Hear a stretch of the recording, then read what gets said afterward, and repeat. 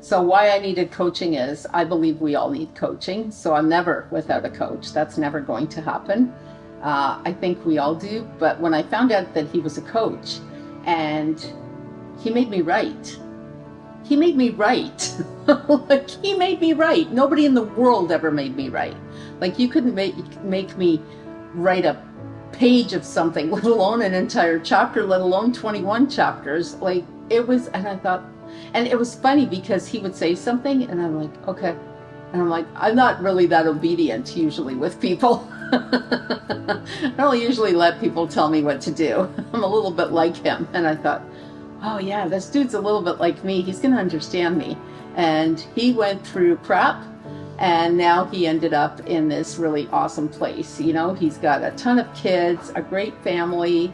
He's got, I don't even know how many awards he's got. He gets a lot of recognition, and I thought if he can do this for himself, he can for sure do it for me. And I was intrigued by some of the stuff that he had. I didn't even know what branding was. Like, I didn't understand. I knew a little about it, but I remember my friend, she's a mortgage agent, and she hands me over her business card and she goes, oh, here, this is a part of my branding. And she had some very expensive business card made out of silk.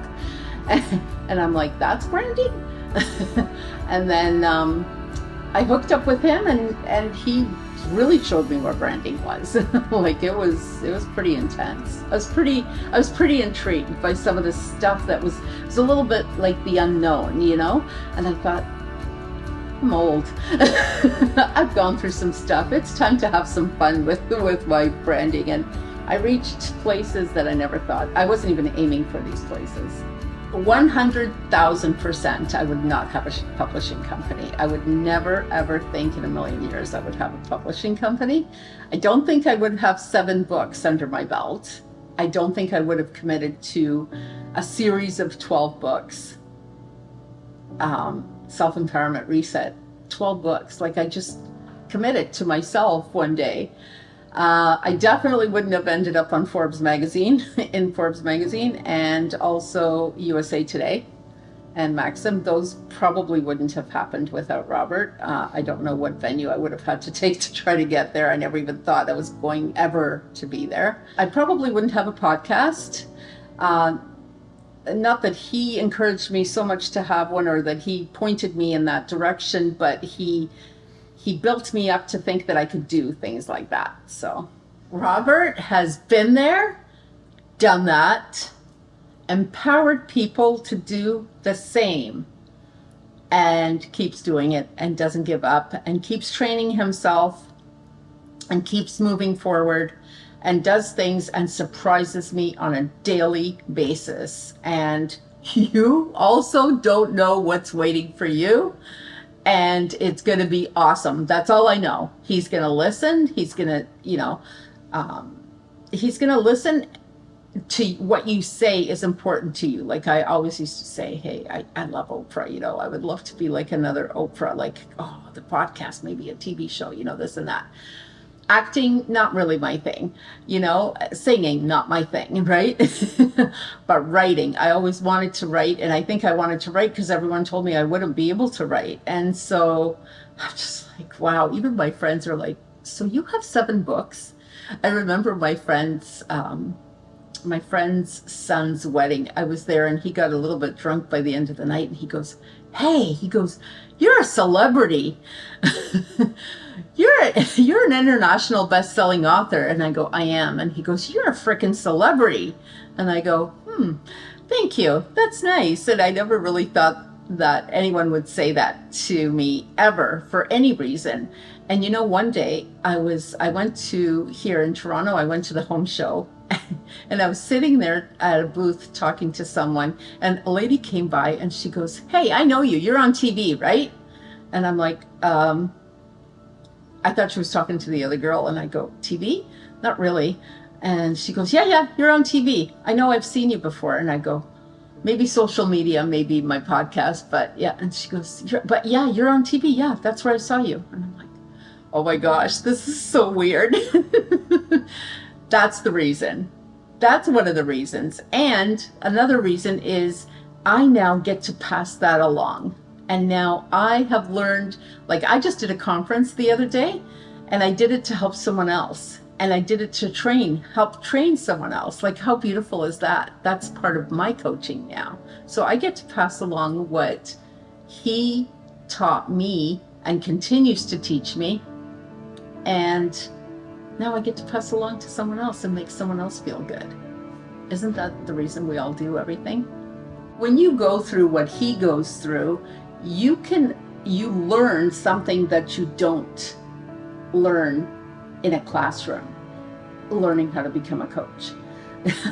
Like, that's lovely, but when you go through life and you go through the mud and you come out, are you kidding? That's amazing. That person is fascinating to me. So I could sit there and listen to him. I'll be like, holy smoke, and then I started talking about my story. And one of the things that he did with me that I probably appreciate the most is I wasn't afraid to talk about myself.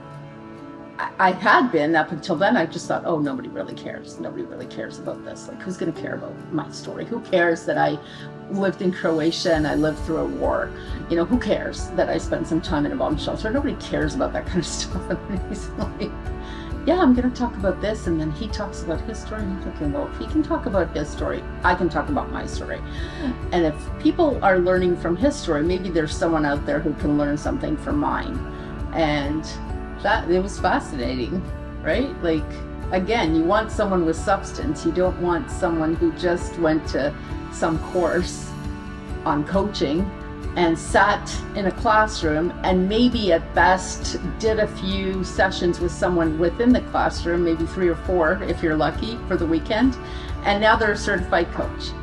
No, I want someone who went through it.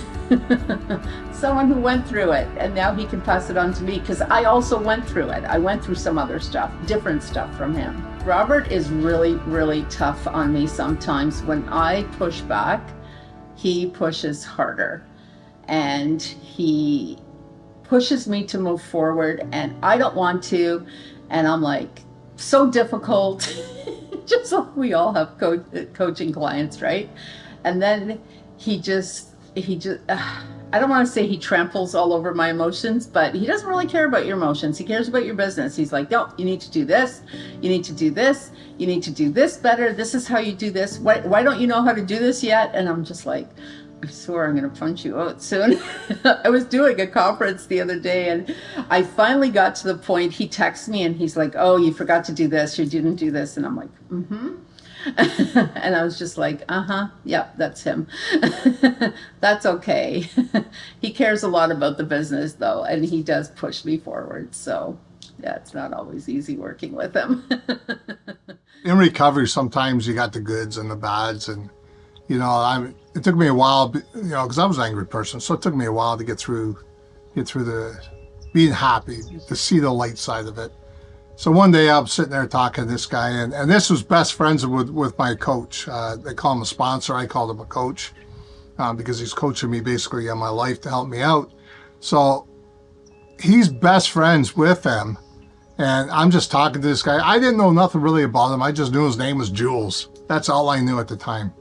And it was absolutely hilarious because he looks at me and says, do you even know what I do for a living?